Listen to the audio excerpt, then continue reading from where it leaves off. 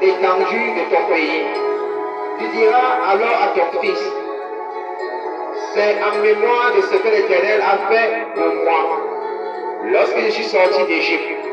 Ce sera pour toi comme un signe sur ta main et comme un souvenir entre tes yeux, afin que la loi de l'Éternel soit dans ta bouche.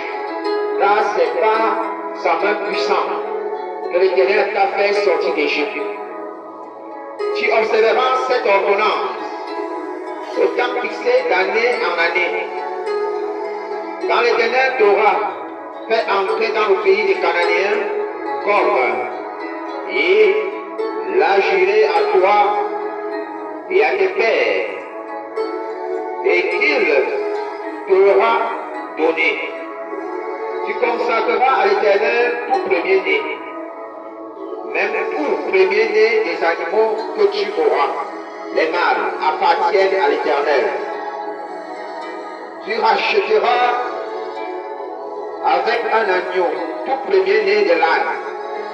Et si tu le rachètes, et si tu ne le rachètes pas, tu lui briseras l'agneau.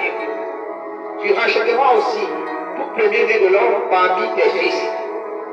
Et lorsque ton fils te demandera un jour, que signifie cela, tu lui répondras, par sa main puissante, l'Éternel nous a fait sortir d'Égypte, la maison de servitude. Et quand Pharaon s'obstinait à ne point nous laisser aller, l'Éternel fit mourir tous les premiers-nés dans le pays d'Égypte, depuis les premiers-nés des hommes jusqu'au premier-né des animaux.